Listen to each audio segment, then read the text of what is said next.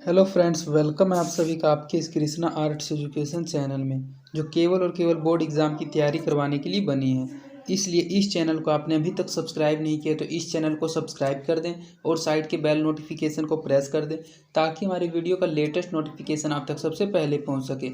और अगर आप हमारे इस यूट्यूब चैनल पर नए हैं तो आप टेलीग्राम चैनल को भी ज्वाइन कर लें।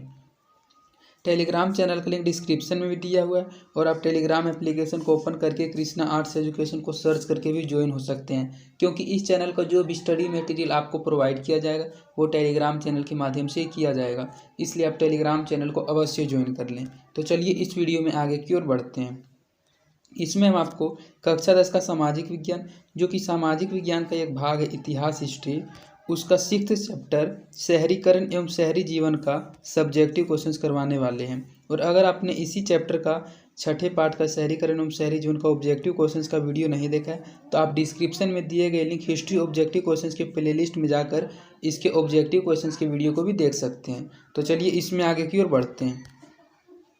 इसमें हमारा पहला क्वेश्चन है कि शहरीकरण से आप क्या समझते हैं। तो पाठ का ही नाम है शहरीकरण एवं शहरी जीवन। तो शहरीकरण होता क्या, इस बात से आप क्या समझते हैं, इसको जानना बहुत ज़्यादा ज़रूरी है।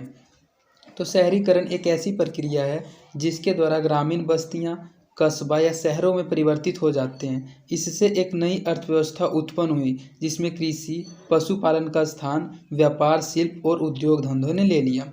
जो शहरीकरण होता है यह एक ऐसी प्रक्रिया होती है जिसके द्वारा कोई भी ग्रामीण बस्तियां या कस्बा शहरों में परिवर्तित हो जाते हैं और इससे एक नई प्रकार की अर्थव्यवस्था उत्पन्न हुई है जिसमें जो कृषि और पशुपालन काम थे अर्थात उनका स्थान व्यापार, शिल्प और उद्योग धंधों ने ले लिया है। तो शहरीकरण में सिर्फ आपको इतना समझना है कि शहरीकरण एक ऐसी प्रक्रिया होती है जिसमें कोई भी ग्राम, बस्ती, कस्बा शहर में परिवर्तित हो जाते हैं और जो गांव में पहले काम हुआ करता था कृषि का, पशुपालन का, उसी का स्थान सिर्फ शहर में व्यापार, शिल्प और उद्योग धंधों ने ले लिया है। तो यही शहरीकरण से समझा जा सकता है।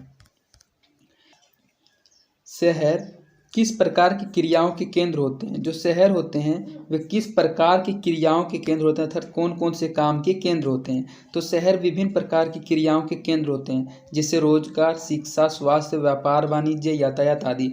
जो शहर होते हैं वहाँ रोजगार भी मिल जाता है, शिक्षा भी मिलती है, स्वास्थ्य भी मिलता है और व्यापार, वाणिज्य और यातायात आदि भी। शहर गतिशील अर्थव्यवस्था जो मुद्रा प्रधान होती है उसके भी केंद्र होते हैं। शहर राजनीतिक प्राधिकार का भी एक महत्वपूर्ण केंद्र होता है। तो इसमें पूछा जा रहा था कि जो शहर होते हैं वे किन किन क्रियाओं के केंद्र होते हैं। तो शहर रोजगार, शिक्षा, स्वास्थ्य, व्यापार, वाणिज्य, यातायात इन सभी के केंद्र तो होते ही हैं। इसके साथ साथ गतिशील अर्थव्यवस्था जो मुद्रा प्रधान होती है उसके भी केंद्र होते हैं और शहर राजनीतिक प्राधिकार का भी एक महत्वपूर्ण केंद्र होता है। तो शहर जो होते हैं वे अनेक क्रियाओं के केंद्र होते हैं। शहरों में मध्यम वर्ग की भूमिका पर प्रकाश डालें। जो शहरों में मध्यम वर्ग की भूमिका उस शहर में क्या है उस बात पर प्रकाश डालें। तो शहरों में पूंजीपति वर्ग एवं श्रमिक वर्ग के साथ साथ मध्यम वर्ग का भी उदय और विकास हुआ। ये नए सामाजिक समूह के रूप में उभरे। इस समूह में बुद्धिजीवी, नौकरी पेशा समूह, राजनीतिक, चिकित्सक, व्यापारी प्रमुख थे। व्यावसायिक वर्ग नगरों के विकास का प्रमुख कारण बना, जिससे शहरों को नई सामाजिक आर्थिक स्वरूप प्राप्त हुआ था। बुद्धिजीवी एवं राजनीतिक वर्ग ने के नया राजनीतिक सामाजिक चिंतन दिया तथा विभिन्न आंदोलनों को दिशा एवं नेतृत्व प्रदान किया। तो जो शहर होते हैं उन शहरों में मध्यम वर्ग की क्या भूमिका होती है इस बात को बताने के लिए कहा जा रहा था।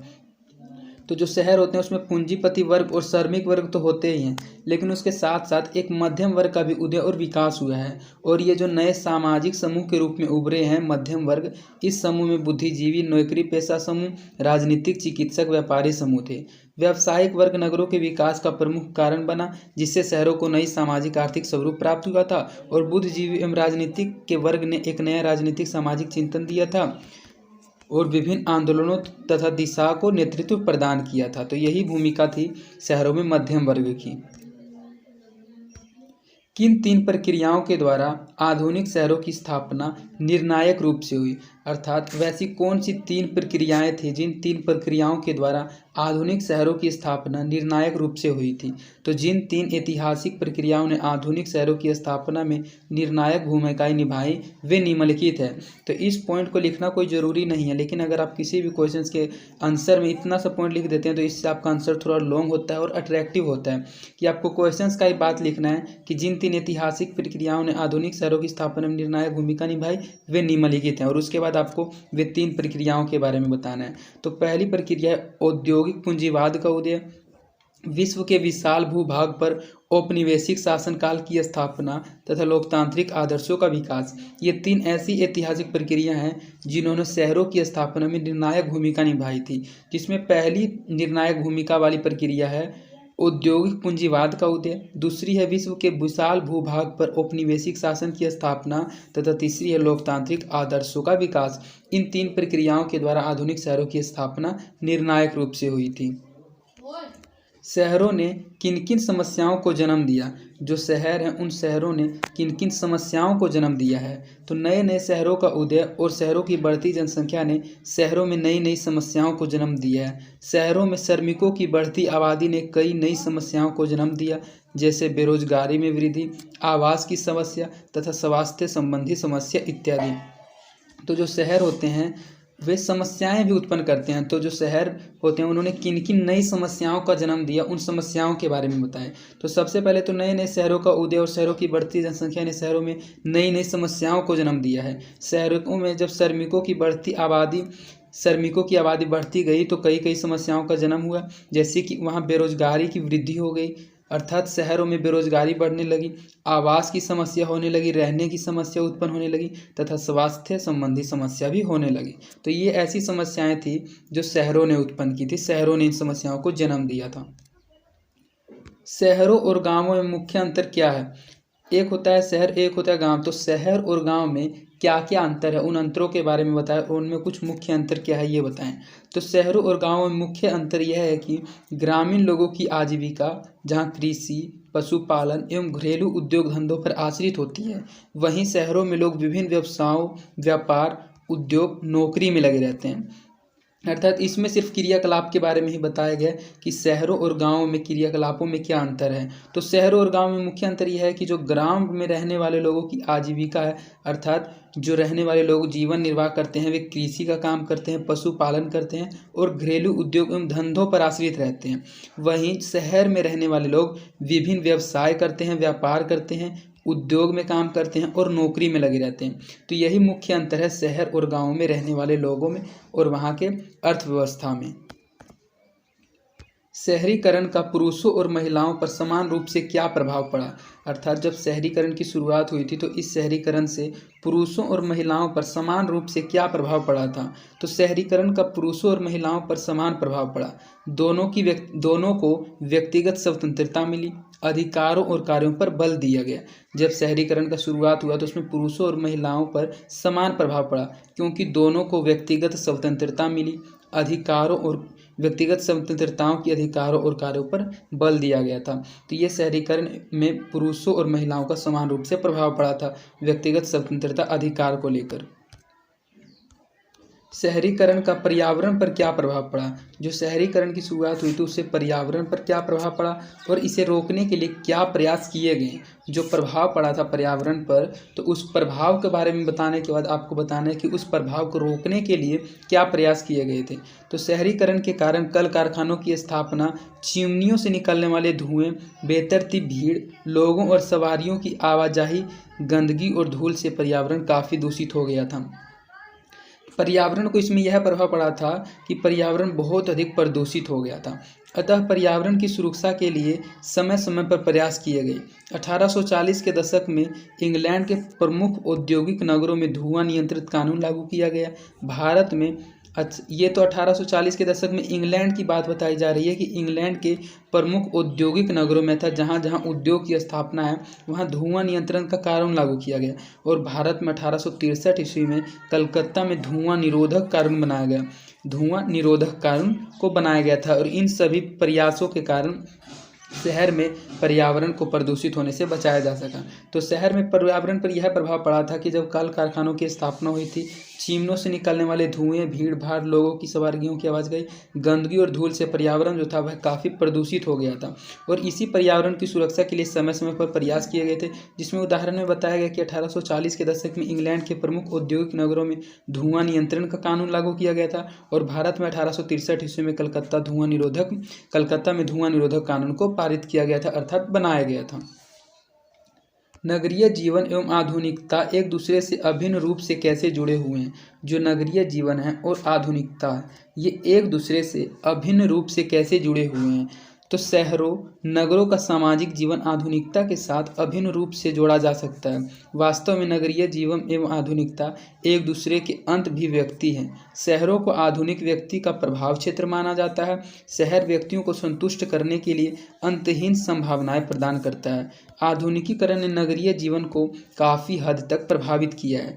जो शहर होते हैं वे सामाजिक आधुनिकता के साथ साथ अभिन्न रूप से उनको जोड़ा जा सकता है। वास्तव में नगरीय जीवन एवं आधुनिकता एक दूसरे की अंतर्विभक्ति है। शहरों को आधुनिक व्यक्ति का प्रभाव क्षेत्र भी माना जाता है। शहर व्यक्तियों को संतुष्ट करने के लिए अंतहीन संभावनाएं प्रदान करता है। तो यही थी नगरीय जीवन एवं आधुनिकता एक दूसरे से अभिन्न रूप से कैसे जुड़े हुए हैं।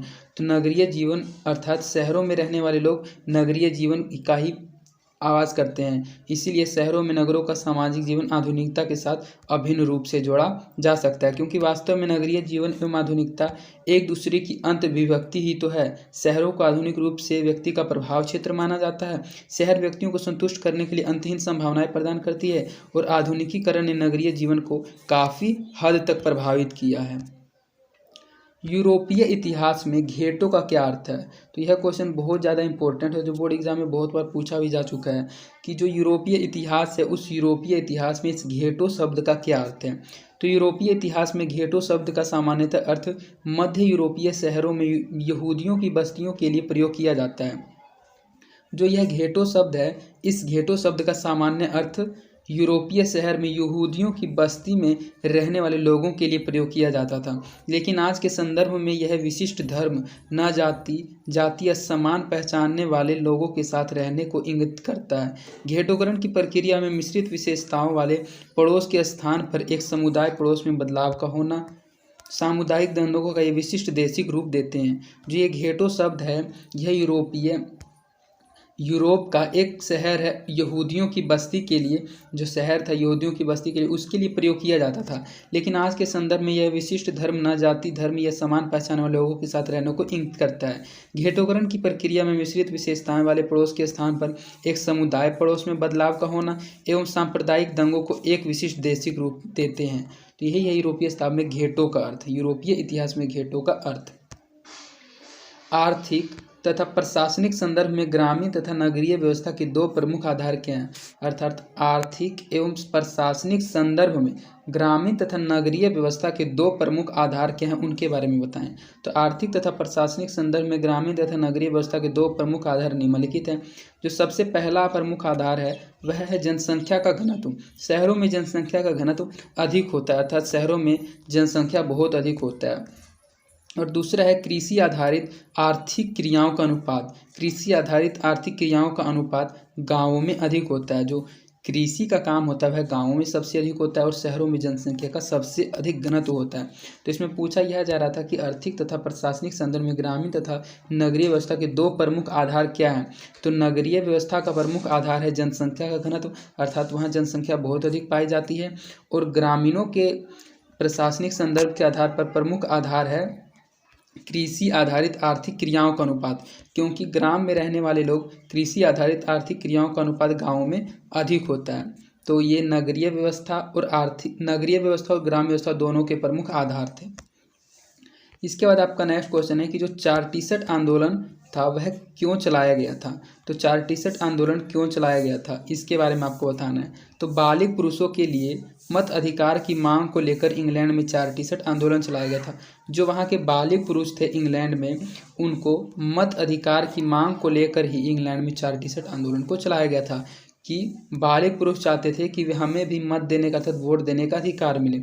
तो इसमें आपको यह ध्यान रखना है कि 4T60 आंदोलन क्यों चलाया गया था। तो 4T60 आंदोलन बालिग पुरुषों के लिए मत अधिकार के मांग को लेकर इंग्लैंड में चलाया गया था। तो 4T60 आंदोलन कहाँ चलाया गया था, तो इंग्लैंड में चलाया गया था।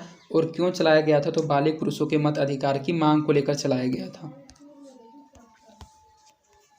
19वीं-20वीं शताब्दी में लंदन में कामकाजी महिलाओं में किस प्रकार का बदलाव आया, इसके क्या कारण थे। 19वीं और 20वीं शताब्दी में जो लंदन में काम करने वाली महिलाएं थी उनमें किस प्रकार का बदलाव आया था और उस बदलाव आने के क्या कारण थे। तो 18वीं-19वीं शताब्दी में जब इंग्लैंड में कारखाने स्थापित होने लगे तब बड़ी संख्या में स्त्री भी इनमें काम करने लग गया था। जब 18वीं और 19वीं शताब्दी में इंग्लैंड में बड़े बड़े कारखाने स्थापित होने लगे थे तो बहुत बड़ी संख्या में स्त्रियां भी अर्थात महिलाएं भी इनमें काम करने लगी थी। कुछ समय बाद तकनीक में परिवर्तन के कारण जब कुशल श्रमिकों की आवश्यकता हुई तो इन स्त्रियों को कारखानों से हटाया जाने लगा। जब कुछ समय बीत गया तो उन कारखानों में तकनीक में परिवर्तन के कारण कुशल श्रमिकों की आवश्यकता हुई तो उन स्त्रियों को कारखानों से हटाया जाने लगा, जो कि बड़ी संख्या स्त्रियां इनमें काम करने लगी थी। कारखानों में काम बंद होने पर स्त्रियां घरेलू काम धंधों में लग गई। 1861 की जनगणना के अनुसार लंदन में 2.5 लाख घरेलू नौकर थे जिनमें महिलाओं की संख्या अधिक थी। अनेक औरतें अपने परिवार की आमदनी बढ़ाने के लिए अपने मकान में पेइंग गेस्ट को रख लेती थी। कुछ स्त्रियां अपने ही घर ही रहकर कपड़े सिलने, ऊनी वस्त्र बुनने तथा कपड़ा धोने का काम करने लगी। प्रथम विश्व युद्ध के दौरान जब पुरुष बड़ी संख्या में युद्ध में शामिल होने लगे तथा युद्धकालीन आवश्यक सामग्रियों की मांग बढ़ती गई तो महिलाएं पुनः घरेलू काम छोड़कर विभिन्न उद्योगों में काम करने लगी। दफ्तरों में भी उन्हें रोजगार के अवसर मिलने लगे। इस प्रकार महिलाओं की आर्थिक क्रियाकलापों में महत्वपूर्ण भागीदारी रही। तो वहाँ की जो महिलाएं थी उनकी आर्थिक क्रियाकलापों में भागीदारी किस तरह रही थी, यह पूछा जा रहा था। तो सबसे पहले तो 18वीं-19वीं शताब्दी में उनको कारखानों में काम मिल गया था, लेकिन जब कारखानों में कुशल तकनीक परिवर्तन होने लगे तब कुशल श्रमिकों की आवश्यकता थी और उन महिलाओं को काम से हटा दिया गया। तो उन महिलाओं को काम से हटाने के बाद वे आत्मनिर्भर रहने के लिए खुद घर से ही काम करने लगे। लेकिन जब प्रथम विश्व युद्ध हुआ तो वहाँ के पुरुष विश्व युद्ध में जाने लगे, फिर से महिलाएं अपने काम में जुड़ गई, फिर से वे महिलाएं कारखानों में काम करने लगी थी और दफ्तरों में भी रोजगार के अवसर मिलने लगे थे उनको। इसी प्रकार महिलाओं की आर्थिक क्रियाकलापों में महत्वपूर्ण भागीदारी रही थी। 19वीं शताब्दी के मध्य में बम्बई की आबादी में भारी वृद्धि क्यों हुई, अर्थात जो 19वीं शताब्दी का मध्य था उसमें बम्बई अर्थात जो मुंबई है उसकी आबादी में उसकी जनसंख्या में भारी वृद्धि क्यों हुई थी, इसके क्या कारण थे। तो 19वीं शताब्दी में बम्बई का विकास एक महत्वपूर्ण बंदरगाह के रूप के साथ साथ जहां प्रशासकीय गतिविधियां भी बढ़ गई। जब 19वीं शताब्दी का शुरुआत हुआ था तो उसमें बम्बई का विकास एक महत्वपूर्ण बंदरगाह के रूप में हुआ था तथा उसके विकास के साथ साथ यहाँ प्रशासकीय गतिविधियाँ भी बढ़ गई थी। अतः यह पश्चिम भारत में ईस्ट इंडिया कंपनी का मुख्यालय भी बन गया। जो यह मुंबई थी यह पश्चिम भारत में ईस्ट इंडिया कंपनी का मुख्यालय भी बन गया था। औद्योगिकीकरण का जब विकास हुआ तो बम्बई बड़े औद्योगिक केंद्रों के रूप में बदल गया। इसके बाद बम्बई का तेजी से विकास हुआ, शहर फैलने लगा, व्यापारी, कारीगर, उद्योगपति, दुकानदार, श्रमिक बड़ी संख्या में आकर यहाँ बसने लगे। जब मुंबई एक बंदरगाह बन गया था तो उसके बंदरगाह बनते ही उसका तेज़ी से विकास होने लगा। वहाँ मुंबई का शहर फैलने लगा, वहाँ व्यापारी, कारीगर, उद्योगपति, दुकानदार और श्रमिक बड़ी संख्या में आकर यहाँ बसने लगे थे। इससे बम्बई पश्चिम भारत का सबसे प्रमुख नगर बन गया था तथा इसकी आबादी काफ़ी बढ़ती गई। तो यही कारण था कि 19वीं शताब्दी के मध्य में बम्बई की आबादी में भारी वृद्धि क्यों हुई।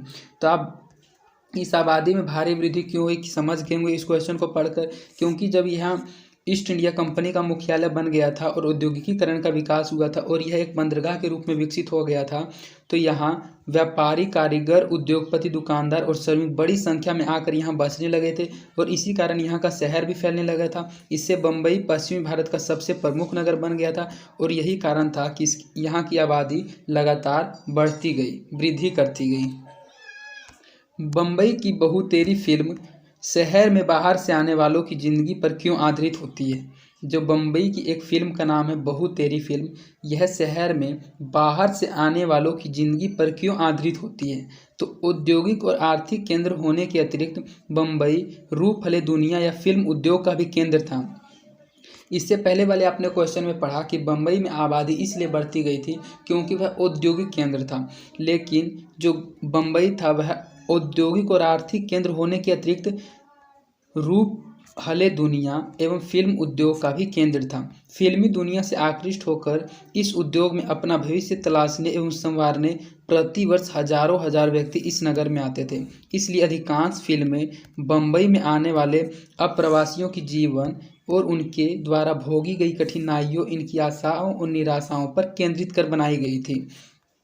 जो यहाँ की बहुत तेरी फिल्म थी, अर्थात बहुत अधिक फिल्में थी, वे उनकी ज़िंदगी पर ही क्यों आधारित होती थी? तो इसका कारण यही था क्योंकि यहाँ अपना भविष्य संवारने प्रतिवर्ष हजारों हजार व्यक्ति इस नगर में आते थे, अर्थात मुंबई में आते थे। इसलिए अधिकांश फिल्में बम्बई में आने वाले अप्रवासियों की जीवन के द्वारा उनकी भोगी गई कठिनाइयों और इनकी आशाओं एवं निराशाओं पर केंद्रित कर ही बनाई गई थी।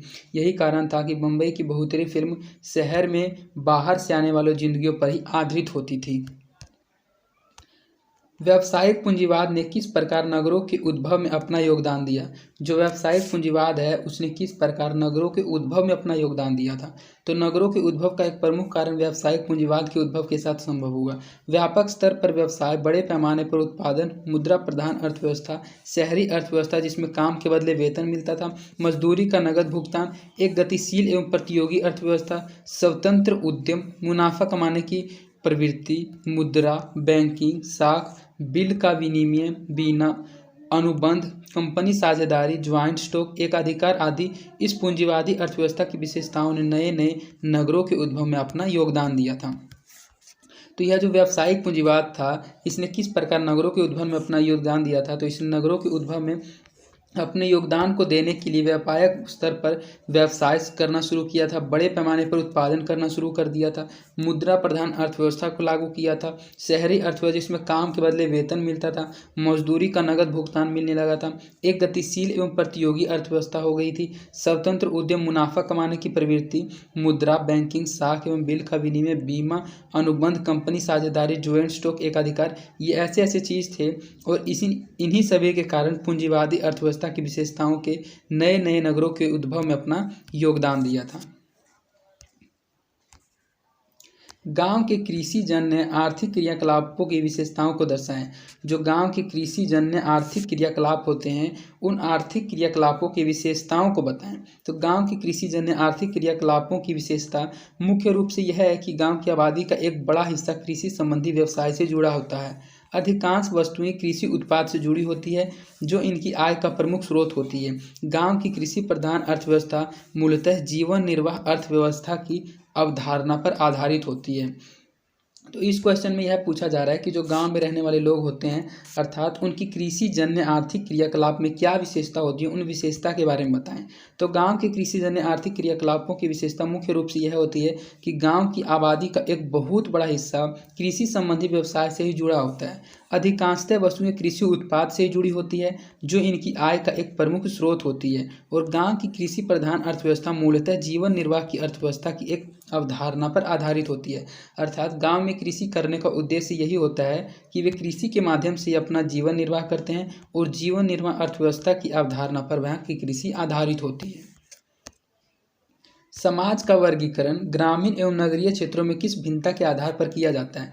जो समाज होता है, उस समाज का वर्गीकरण ग्रामीण एवं नगरीय क्षेत्रों में किस भिन्नता के आधार पर किया जाता है? अर्थात ग्राम और नगर में क्या भिन्न देखा जाता है कि समाज का वर्गीकरण कर दिया जाता है? तो गांव एवं शहरों में सामाजिक वर्गीकरण मुख्यतः व्यवसाय में भिन्नता के आधार पर किया जाता है। ग्रामीण आबादी का एक बहुत बड़ा भाग मुख्यतः कृषि जन्य क्रियाकलापों से संबंध होता है।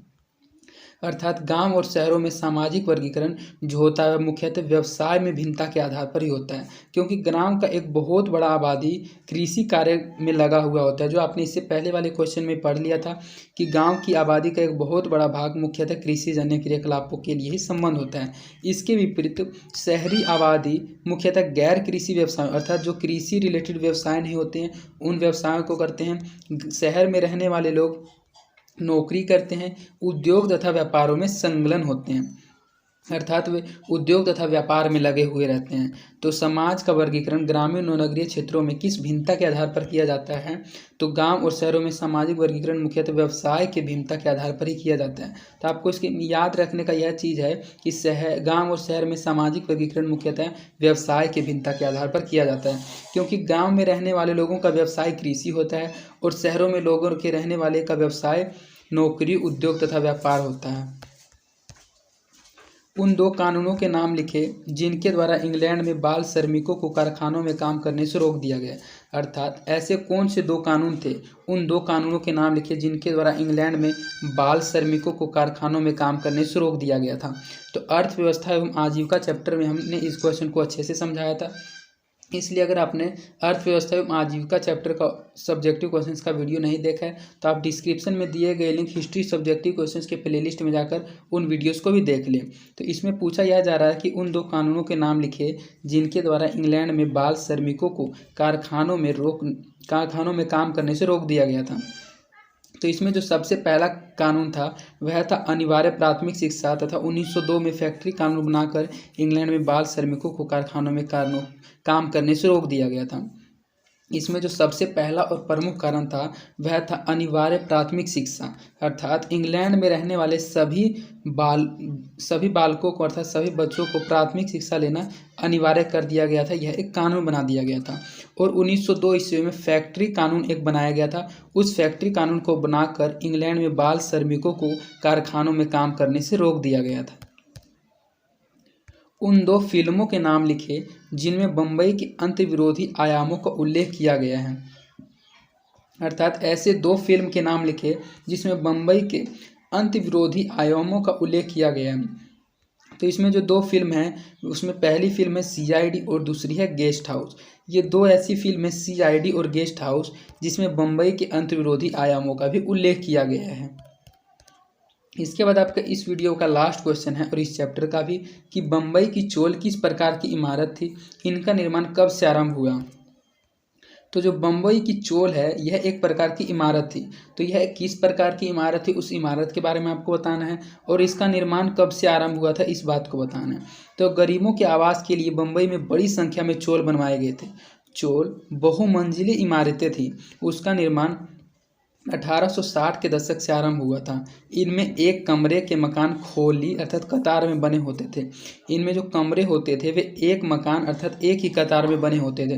तो बम्बई की जो चोल थी वह किस प्रकार की इमारत थी? तो आप समझ गए होंगे कि गरीबों के आवास के लिए अर्थात गरीबों के रहने के लिए बम्बई में एक बड़ी संख्या में चोल बनवाए गए थे और ये चोल बहुमंजिले इमारतें थी जिनमें गरीबों के रहने के लिए बनाई गई थी। इसका निर्माण 1860 के दशक से आरंभ हुआ था। इसमें यह भी पूछा जा रहा था कि इनका निर्माण कब से आरंभ हुआ, तो इनका निर्माण 1860 के दशक से आरंभ हुआ। और यह ऑब्जेक्टिव क्वेश्चन में पूछा जा सकता है कि चोल इमारत का निर्माण किस दशक से आरंभ हुआ था, तो 1860 के दशक से आरंभ हुआ था। इनमें एक कमरे के मकान कतार में बने होते थे। तो इस प्रकार आपका इस वीडियो में 21 सब्जेक्टिव क्वेश्चंस कंप्लीट करा दिया गया है जो एग्जाम के दृष्टिकोण से बहुत ही महत्वपूर्ण क्वेश्चंस थे। और अगर आपको ये क्वेश्चंस एक बार में समझ नहीं आता तो आप इस वीडियो को एक बार और रिपीट कर लें, क्योंकि अगर आप इन क्वेश्चंस को सिर्फ अच्छे से समझे हुए रहिएगा तो आप 100% एग्जाम में अपने लैंग्वेज के अनुसार भी जरूर कुछ न कुछ आंसर लिख के आइएगा। और अगर आपको हमारी वीडियोज़ पसंद आती है तो आप अपने दोस्तों के बीच इन वीडियोज़ को जरूर शेयर करें और आप हमारे वीडियोज़ को लाइक भी ज़रूर करें। इससे हमारा मोटिवेशन बना हुआ रहता है। और आप हमारे इस यूट्यूब चैनल को भी ज़रूर सब्सक्राइब कर दें। तो आज के लिए इतना ही, धन्यवाद।